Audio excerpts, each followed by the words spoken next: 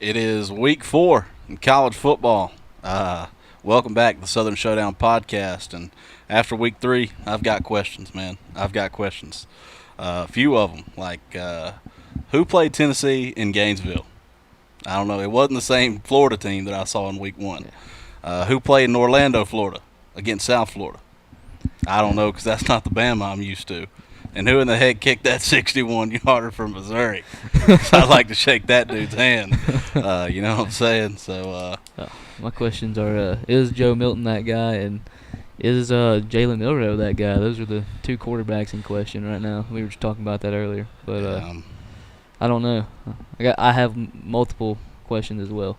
yeah, I'm a little low on both those quarterbacks after the beginning of this year. But I guess we'll climb on into the recaps of last week. You can start us off with the Go ahead and start off heartbreak. with Tennessee, since it's probably what a lot of people want to hear about. At least our thoughts, because we're Vol fans. It was very disappointing.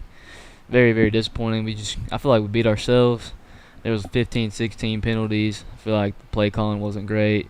First half especially, Joe just looked flustered. He looked like he wasn't calm in the pocket. But they also didn't let him throw the ball down the field at all.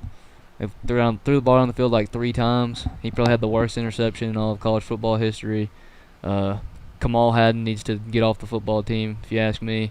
His job needs to be up for grabs at least. I mean, you're only as good as your weakest link, and he gets burnt every single play. They go after him every play. He can't make an open field tackle.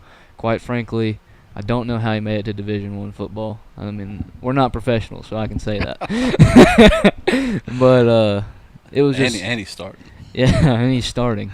It was just very disappointing showing from the Vols. Offense looked stagnant in the first half, aside from the first drive. And the play calling, just screen pass after screen pass, inside zone runs on 3rd and 15. I don't get it. Not letting their talent eat. There's too much talent on the offensive side of the ball, especially for them to only put up 16 points. It just was not good. The coaches didn't prepare them for the game. The players didn't execute. But hats off to Florida. Great offensive game plan. Great. They beat us on both sides of the ball, especially in the first half. I mean, both fronts looked more physical. I mean, hats off to Florida. They played a great game. They called a great game. They were just better on Saturday. That's all I can say. Yep, I mean, it kind of is what it is, like we've always bragged about owning Kentucky. The truth is, Florida has owned us in the swamp, and Florida's kind of owned us for the past, 12 years? Yeah. That's just kind of how it's been. Like I said, this is not the same Florida team that played in Week 1, and it's not the same Tennessee team that played last year. You're talking about 2 different teams that showed up in Week 3. Joe Milton throws his first interception at Tennessee, and it was probably the worst interception I've ever seen. I don't understand what was going through his head then. I really don't even understand what was going through his head most of the first half and most of the game. I don't want to be too hard on him and harp on him, but I don't know. I think Nico looked like he was ready to play. He was right behind him, breathing down his back the entire time. But, like you said, Florida showed up. Florida played great. They had a great game plan. I think Napier and the squad knew they had to have that game plan.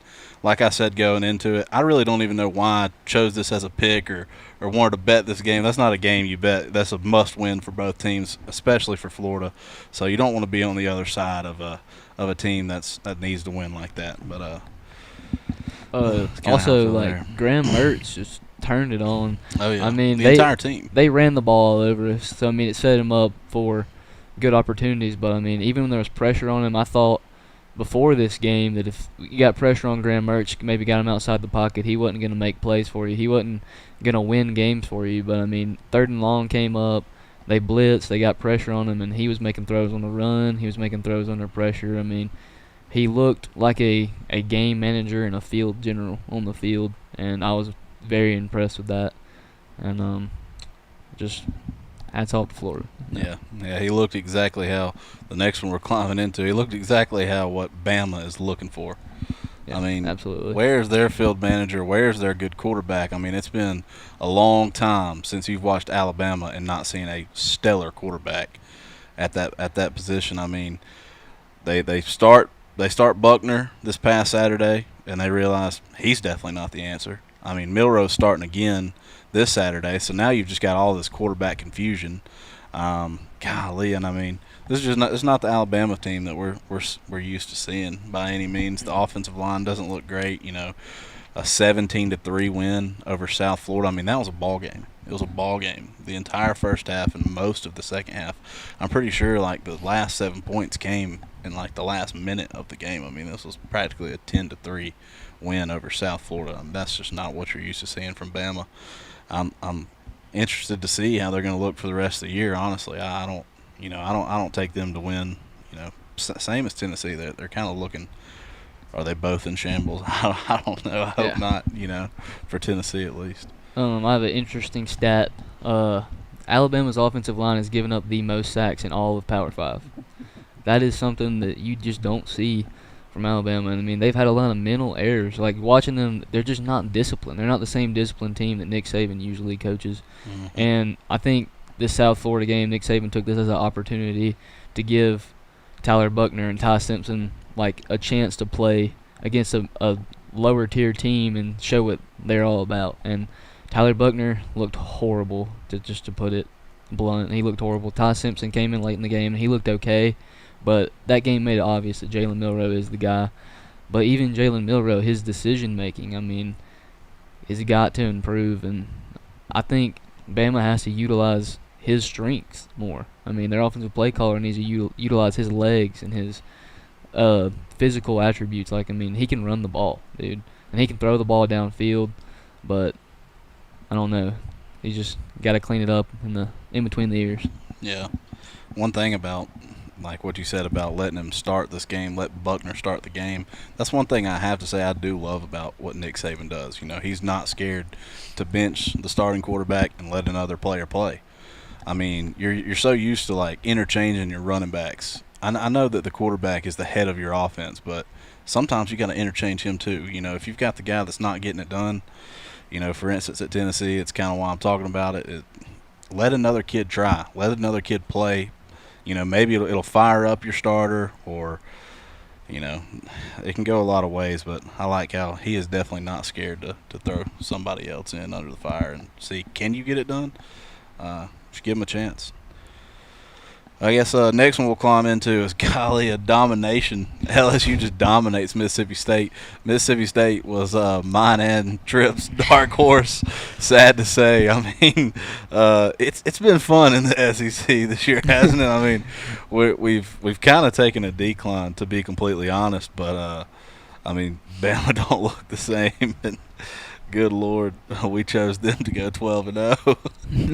What have we predicted? But our dark horse gets completely dominated by LSU. And hey, I will say one good thing for you is you predicted Jaden Daniels to be your number one quarterback, and he looked just like that this week. He had, let's see, what do you have?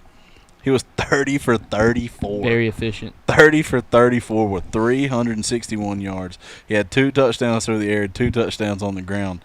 But if you would have told me, like, at the beginning of the year that Will Rogers was going to have a game where he went 11 for 28 and only had 103 yards, I would have told you you're crazy. If you tell me that Will Rogers on the year has only thrown 60% and for under 500 yards and only 5 touchdowns through these first games, I tell you you're crazy. There's no way. And that's where we're sitting. I mean, Mississippi State's offensive approach is different. It's definitely different. Because they're not throwing the ball 40 and 50 times a game like you're used to seeing. They have a more balanced offensive approach, and I think these kids that have been playing under this system for 3-4 years, they're just not really acclimated to it. Mm-hmm. And, I mean, welcome to the Southern Showdown, house of the ice-cold takes, because we have just been completely wrong on so many accounts. Yeah, I mean, our picks. I mean, I'm 9 for 20 on the year. I'm 11 for 18 on the year. And the below average picks. The only take that we have that's like okay is Jaden Daniels looking like the guy at LSU. And even in week 1, I thought, dang, is Jaden Daniels the guy? We have screwed up. Who was your number 2? The past 2 weeks he's been we don't got to talk about who my number 2 was, because he don't look like the number 2. It's number 7 for the Vols. Lord, he might be number 7 on the list, too. But LSU just dominated Mississippi State. Jaden Daniels threw all over them, ran all over them. he did everything in this game, and Mississippi State just laid down and got defeated. I mean, was it 42-14? Isn't that the final score? Yeah, I think 41-14. 41-14. Yeah. I mean, it's not really much to say. LSU just dominated on both sides of the ball. For sure. What are we jumping into next? We got South South Carolina and Georgia. South Carolina gave Georgia a run for their money in the first half. Was it 14-3 at half? Is that what it was? Was it 14-3? I think it was 14-3. Yeah, I believe so. And golly, I didn't even realize they didn't score a touchdown. Spencer Rattler on his first drive was 8 for 8. Yes. Very efficient in the first half, and then in the second half he just turned around, threw 2 interceptions, dude. I mean, I know. It's like what we've been talking about Spencer Rattler for the past 2-3 years is he's hot when he's hot, but he's ice cold when he's cold. Mm-hmm. And I mean, you could just see that in the tale of 2 halves in this game. Usually you don't see that for him though. It's usually a game and then another game. Yeah. But Georgia just turned it on in the second half, and I had a feeling they would, and it's because of the guy that is their head coach. Kirby Absolutely. Smart has a great system, and he's a motivator. I mean, I don't know if y'all heard that hype speech before the Tennessee-Georgia game last year, but I'm a diehard Tennessee fan, and when we play anyone, I hate them.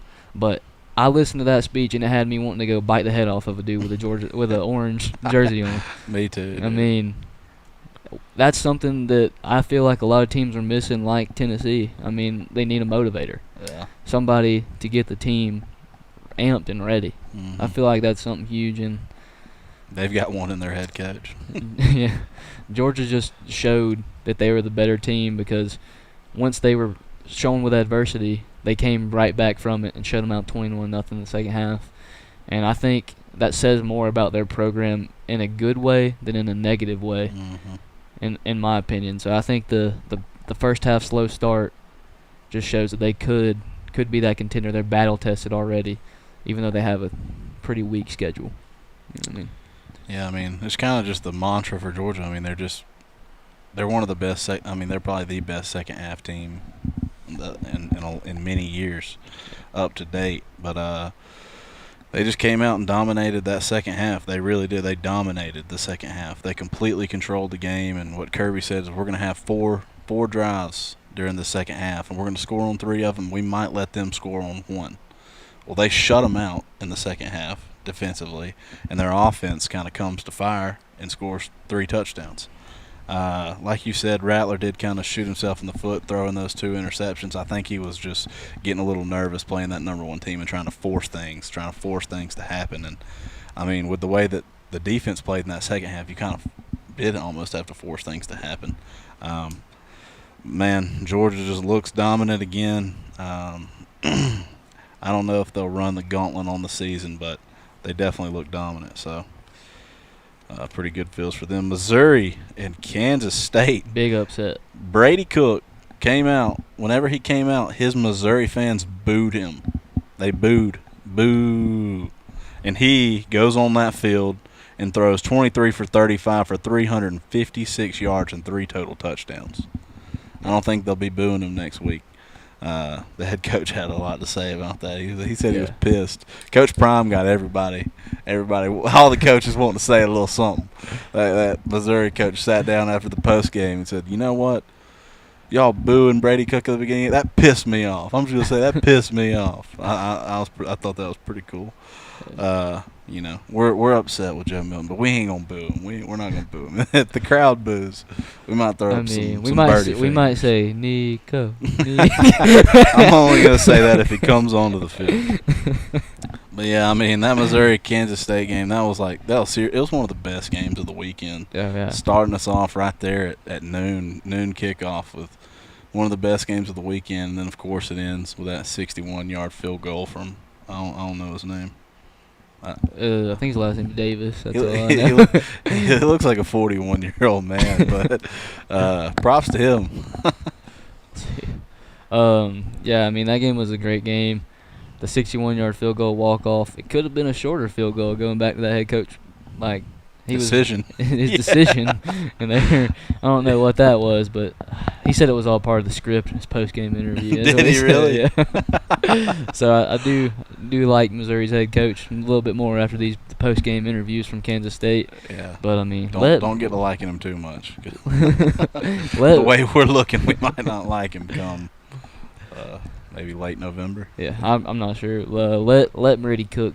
That's my my thing. I mean, he looked great, and the fact that his fans were booing him, that's gonna light a fire up underneath him for the next couple of weeks. I feel like. I mean, if I went out there and they booed me and then I threw for 350 yards and 3 touchdowns, I would just have 2 fat middle fingers at the entire fan base, trying to prove them wrong. So I feel like that's what he's doing, and that's what he's going to continue to do. So Missouri stock is rising up. It is rising. I don't know how they're not in the top 25, to be honest. Next one we'll climb into is that Arkansas-BYU game. Arkansas loses a tight one, 31-38. Really, Arkansas shot their own selves in the foot with the turnovers. I think they had like 4. No, I think maybe they had like 2 turnovers. But really, if I'm Arkansas after this one, you got to put this behind you. You're about to step into SEC play. Put this one behind you and look ahead to the SEC play. It is what it is. They lost to BYU, 7 points. We picked this one wrong, but like I said, just need to put it behind them and look forward.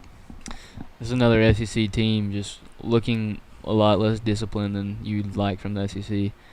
Too many mistakes, too many turnovers, and at the end of the day, you can't win when you turn the ball over that many times. You can't win when you make that many mental errors. And I mean, it's the reason that Alabama had a game with South Florida. It's the reason that Tennessee got beat 29-16 against Florida, and it's the reason that Arkansas lost to BYU. I mean, you don't have to play a perfect game every week, but you can't make that many mistakes. It's just you can't win the games that way. And KJ Jefferson was honestly pretty quiet in this game. I mean, not the numbers on paper that you're used to seeing from KJ Jefferson, and really just not the dog you're used to watching on Saturday, just carrying Arkansas.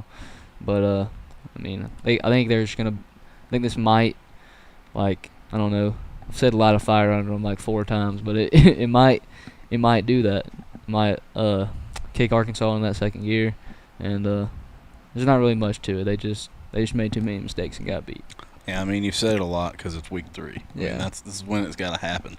This is when you take your losses and you can get together and rebuild and have a great rest of the year. Yeah. This is also the time where everything can just turn bad, go downhill, and you have it.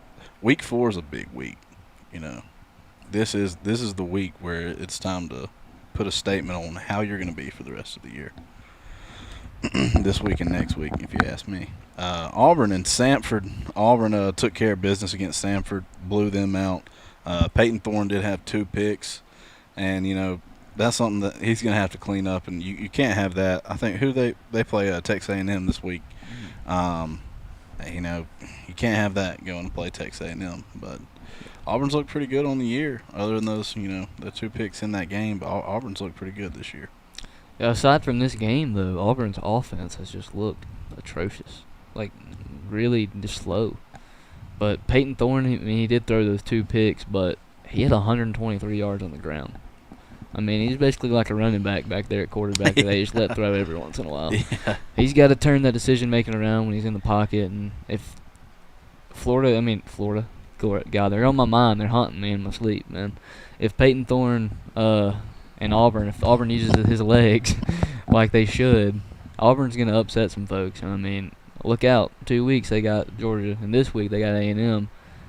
So, I mean, if Peyton Thorne can just take that next step and just step up as a quarterback, be dynamic on both sides, throwing the ball and running the ball, be dual threat at heart instead of just really a running quarterback, that would be tremendous for Auburn football. And I think Hugh Freeze is doing some good things over there at Auburn. So For sure. We climbing into next. Vandy and ULV. Another upset. Vandy. Well, They did it to themselves. I at least got the W. This is one of my 3 W's on my picks out of 10 this week. I knew I should have taken. I said Vanderbilt might win by a game-winning field goal. Well, they got beat by a game-winning field goal against UNLV. I knew I should have taken UNLV. once again, A.J. Swan has a lot of talent. The kid really does. He's talented, but he makes too many mental errors. He still makes those rookie mistakes. You know what I mean? And that's once again what it comes down to. If you're in a tight game, you're in a shootout like this, it's not really who's the better team. It's who makes more mistakes, like we've said before. And Vandy made too many mistakes. Yep. And They made too many mistakes because they had 4 turnovers. Yeah. 4 turnovers. If any team has 4 turnovers and wants to win, it's really hard to win a football game when you have 4 turnovers. For instance, that Georgia-South Carolina game, will have Georgia have 4 turnovers in that game and try to see if they can win that one. They probably don't. You just can't have that many turnovers, and Vandy did against UNLV. Come on, Vandy. You're making the SEC look terrible. We already don't look good this year. The SEC's already looking terrible. We already don't look good this year. Why are you making us look worse? Why are you doing that to us? Everybody else in the SEC better tear Vandy up. That's all I got to say. I was high on Vandy coming into the year, and now I'm just like, please destroy Vandy. I hate it for the coach because I like the guy. Next one is Ole Miss and Georgia Tech. Ole Miss pretty much controlled this one the entire game. Georgia Tech did start throwing the rock around at the end of the game, but it was just too late. Ole Miss had it. Ole Miss also put up like 24 points in the fourth quarter, though, as Georgia Tech's trying to come back. So that makes it pretty tough. Ole Miss has looked so. SEC has just not looked that great this year. They have taken a decline, but I will say, for instance, Georgia looks good, and Ole Miss looks good. And other than that, I can't really tell you who looks that great. I mean, aside from week 1, LSU looks good. LSU looked, but I'll say that. Week 1 was 2 weeks ago. I know, I know that, but also at the same time, like I said previously, week 1 is tough. Brian Kelly came in there like he was just gonna take FSU's lunch money. And, I mean, I think they were just complacent. If there's any time to do it, it's that week 1 against FSU. LSU can still turn around. Definitely be a top 10 that's what I'm team. saying. They lost in week 1 against FSU last year, and they ended up making the SEC championship. So I mean, you never know. But at the end of the day, it's college football. It's a bunch of college kids playing a game, and anything can happen. So there's no telling what's going to happen. That's why our predictions are so horrible. It's their fault, not ours. Talking about them going to the SEC championship last year, who do you have right? If I just had to ask you, this ain't on no script, but who would you take right now to go to the SEC championship? I have Georgia winning the East, and either LSU or Ole Miss winning the West. I think Alabama might drop another game. Yeah. Yep. But talking about Ole Miss and Georgia Tech, going back to that so we don't get too sidetracked. Jackson Dart, looking amazing, looking like a stud. Darts. He's throwing darts and he's running all over folks. Yeah. We said it in the preseason during our quarterback ranking that he could definitely move up the list as we make more quarterback rankings down the line, and he definitely is, and it's because of his dual threat ability. I mean, he had 136 rushing yards this week. That's insane. If he does that against Alabama, I mean, heck, we might have an upset. We might have an upset. But and Ole Miss offensively looked like Ole Miss, looked like a Lane Kiffin offense, and defensively mediocre but better than they were last year, and that's really all it takes. So I mean, if they get over the hump with Alabama, I think watch out for Ole Miss. Yeah. Yep. Maybe so. We'll see. Let's climb into our picks, man. The top one is Ole Miss and Alabama, and I'm siding with Ole Miss on this one. Alabama just hasn't looked that great this year, as we've talked about. Their offensive line don't look that great, and you don't want your defense to not be looking that good when you're about to play Ole Miss. That's for sure. I'm taking Ole Miss in the upset. Bryant-Denny Stadium is happening again. After that one, we thought Texas was just wonderful after beating Bama. I think it's more Bama's not looking like themselves. So taking Ole Miss in the upset. I have Ole Miss to cover. I don't know that I have them in the upset. The upset is very, very possible. Like if an upset happened, I wouldn't be surprised. I think Alabama squeaks by on this one. I mean, it depends really though if they let Jalen Milroe use his legs. I mean, if they that's going to be the game. If they use his strength to his advantage, then I think they'll run all over Ole Miss, and it'll become a shootout. But I think Alabama can win that shootout. Now the keys to winning for Ole Miss is getting pressure on the quarterback because Alabama's offensive line has looked very shaky, and if they can get pressure on Jalen Milroe, he will make stupid decisions. Yeah. It's not that he will make at least one bad decision, and he will turn the ball over at least once. Well, it's back to what you just said. If it's going to be a shootout, don't shoot yourself in the foot. Absolutely. Don't make mistakes. And I think Nick Saban is sick and tired of the undisciplined football because the standard for football has been Alabama football and their discipline and the way that they play for the past 15 years. And, I mean, it just hadn't looked like the same Alabama. And it might not be the same Alabama, but I'm banking on Nick Saban over Lane Kiffin. Lane is 0-4 against Nick. He's 0-4. Yeah, he's 0-3 at Ole Miss. He may be due. He may be due, or he may be whipped. I'm going with the fact that I think he's whipped, but if he is due, he's due. I could see it happening. So I mean, Ole Miss on top of Bama. Bama squeaks by. That's what I got. They're gonna squeak by this game. I hear you. What we got next? We got Florida at Charlotte, or Charlotte at Florida. Sorry. Florida is -28 on this one. I'm gonna have to side with Florida. You know, all you are probably like, of course you're going to side with Florida after what they just did to Tennessee. But no, Florida looked a lot better last week, and they tore McNeese up. This is probably a team that's relatively, the same caliber as McNeese, and you're only laying 28 points. They might just win by 28. They could also win by like freaking 42. So I'll take Florida. That's my exact thought process. I mean, there's not really much to think about in this game to me. I feel like this team is very similar to McNeese, like you said. In the past 2 weeks, Florida just seems to get better every week. It's kind of scary, and I don't really like it. I mean, we've already played exactly what they didn't do last year. Yeah. Last year, they won that game over Utah, and then they started declining through week 3 and week 4 as it went on.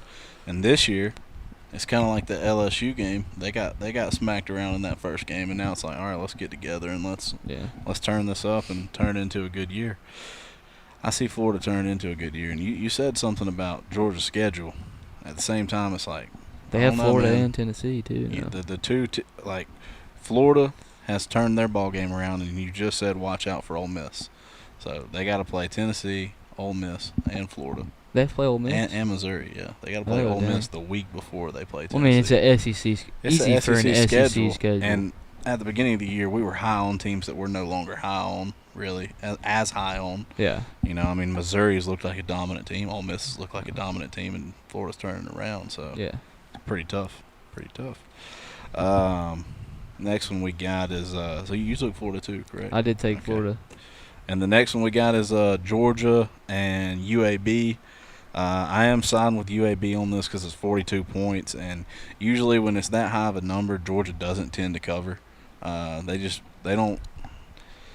They do play with their food a little bit, but they don't just go and take it and throw it in the trash. So yeah, I feel like every game this year has been a slow start for Georgia. I feel like first half, I mean, a slow start in this game might be like 17-3, but I mean, 42 is just such a big number. I feel like Georgia's not putting up those numbers on offense this year, really. I mean, there's one game where they scored over 42 points. So I feel like UAB, I mean, they're not a good football team by any means, but I think if they get any points on the board, Georgia's not covering. But same with Florida. They're going to dominate on both sides of the ball, and it's just not going to be an interesting game. Same crap, different game. Feel me? Yep. Yeah. Next one we got is Arkansas at LSU. LSU is a 17.5-point favorite. It's a little bit bigger of a number than I expected. I feel like this one should be more just at the 2-touchdown range, but that's why I'm going to side with Arkansas. I think it's too many points for LSU to give up. I wouldn't be surprised I would kind of be surprised if they covered. I'm not going to lie, but yeah, I got to side with Arkansas on this one. These are these two teams' first SEC play, right? Their first game in the SEC.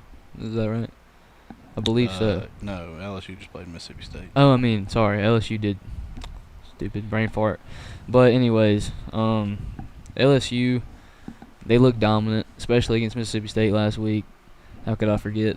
Um, but I don't know. Anytime two SEC teams face off, I feel like it could be a good game. And KJ Jefferson, he may not have lit up the stat sheet last week, but he is that a dude. He's that guy, and I think they keep it closer than 17.5. If Sure. this, I feel like this spread is half a point too much in favor of LSU. I feel like they could win by 2 touchdowns to 17 points, but I don't think they're winning by any more than that. I don't think they're going to beat Arkansas by 20. Yeah, you might be right. It might be that half point that saves us. Yeah. Hopefully so, because our picks have been good evens. Yeah. Next one we got is Memphis at Missouri. Missouri's only a 6.5 point favorite. You know, like you said before the show, this is one that I could see Missouri goes and beats Kansas State, and then next week loses at home to a team like Memphis. I could definitely see that from a Missouri. That's something where we used to seeing at Missouri. But I think Missouri's got their head on straight this year. I think they got it going on for them. I think that last game might have kicked them into gear. They want to get in that top 25.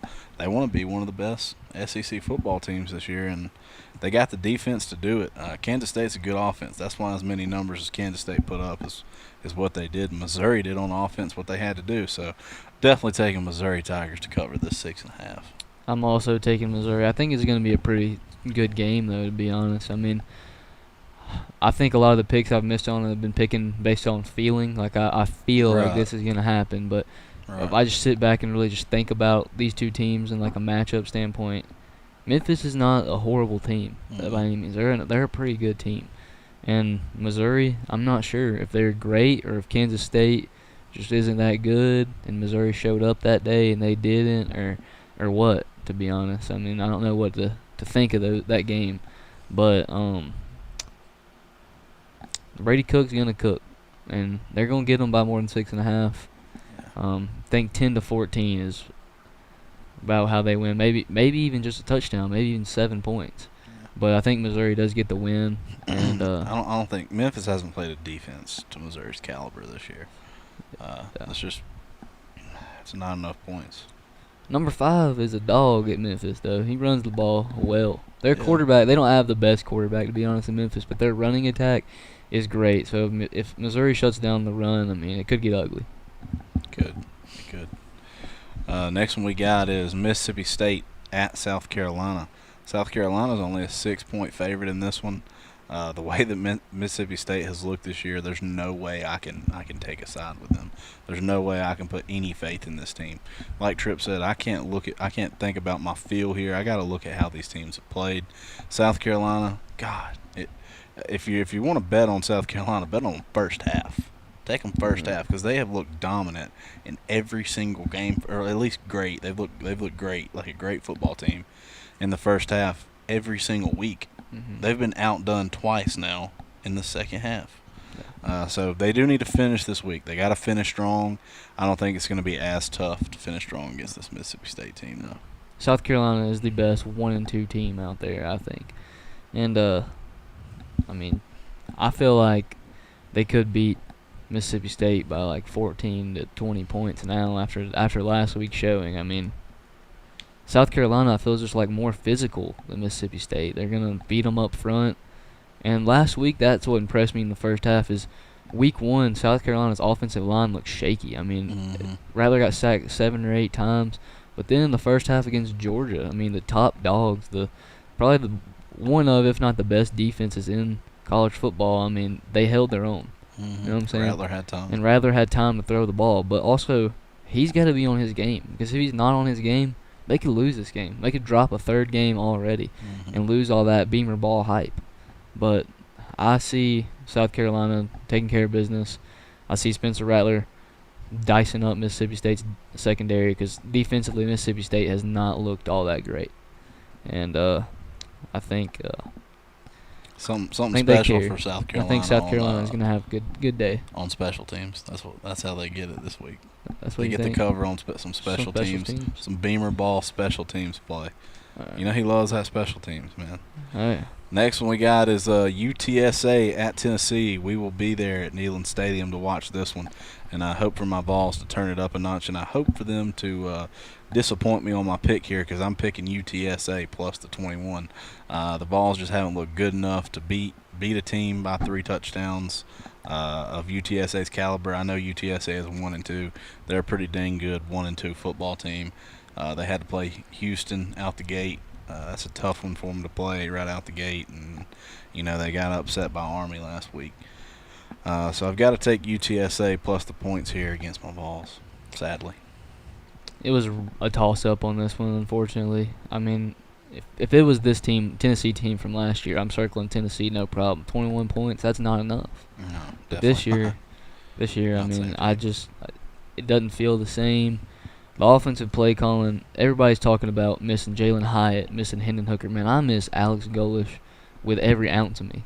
I miss him so much. I'm right there with you, man. He's an offensive guru, dude. I mean, I wish that we would pay him all the money in the world just to come back. Yeah, somebody call us. I mean, Joey Halsell, I think he's a good quarterback coach. I respect him as a coach, and maybe he'll turn it around. Maybe he's getting his footing. He's getting acclimated with this offense, but he just looks timid.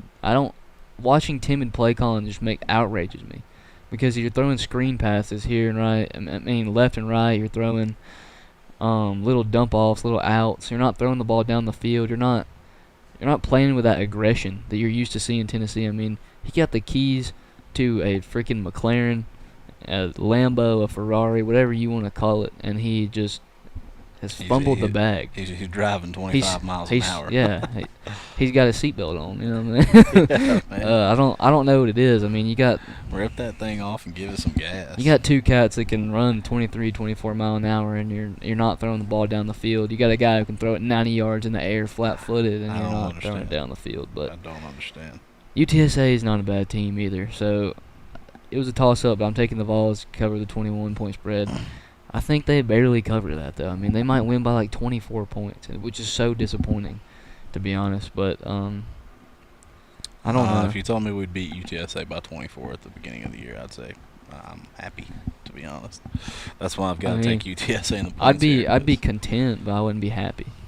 I want to beat them by like at least 35. If we beat them by 35, I might have a different feeling about Tennessee next week. But I will not have any different feelings about Tennessee until they prove me wrong with like 2 more SEC teams. Next one we got is Auburn at Texas A&M. That's cooking up for a pretty good matchup. Yeah. I mean, that's one of the games of the week, aside from that Ole Miss. There's a lot of great games outside of the SEC. Yeah, all the excitement is outside of the SEC right now. It's all the excitement is outside of the SEC for this entire year, and we've decided this year to do an SEC podcast, and it has been a cluster. There's been some fumbles. It's been a wild year, and it's only week 3, so you need to buckle up your chin strap because it's going to get a little crazier. If the SEC keeps upsetting us this bad, we're just going to start talking about college football. So, our logo is going to change. It's going to say CFB instead of SEC. Say, how many out of we got a lot of conference games this week. There's not really any that we could lose outside of conference here.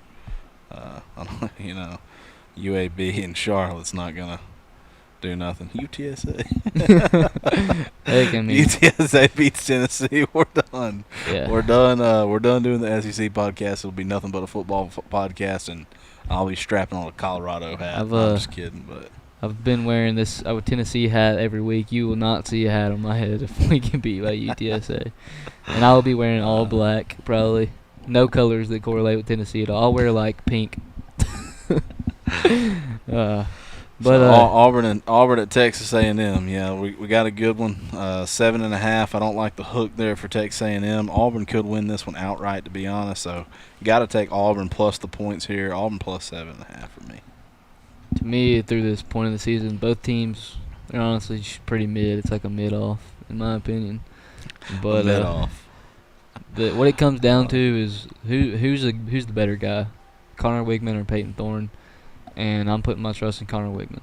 I think he's a better quarterback, and I think even if Peyton Thorne is going on the ground, Texas A&M is going to cover this 7.5 point spread, because 7.5. Auburn can't score with Texas A&M, in my opinion. I don't think they can. I mean, Auburn has struggled on offense, and Texas A&M has struggled a little bit on defense. So, I mean, it sets up for them to have an offensive day, but Texas A&M has been thriving on offense. I mean, Bobby Petrino has turned that offense around. If the defense can step up, Texas A&M could still be a solid team. But as of right now, I feel like Auburn and Texas A&M are two teams that are just middle of the pack. But 7.5 point spread. I'm going with Texas A&M. Next we have is Kentucky at Vanderbilt. As I'm looking at this right here, I've got Kentucky highlighted, and everything screams Kentucky, especially with that big loss to UNLV last week. But I'm changing my pick right now, and I'm taking Vandy plus the 13. All right. Vandy plus the 13. I'm perfectly fine with that because y'all will be surprised. I'm going to be up on you after this week. Y'all will be surprised, but I actually have faith in Kentucky this week. It's not saying much, man. Come on, they're playing Vandy.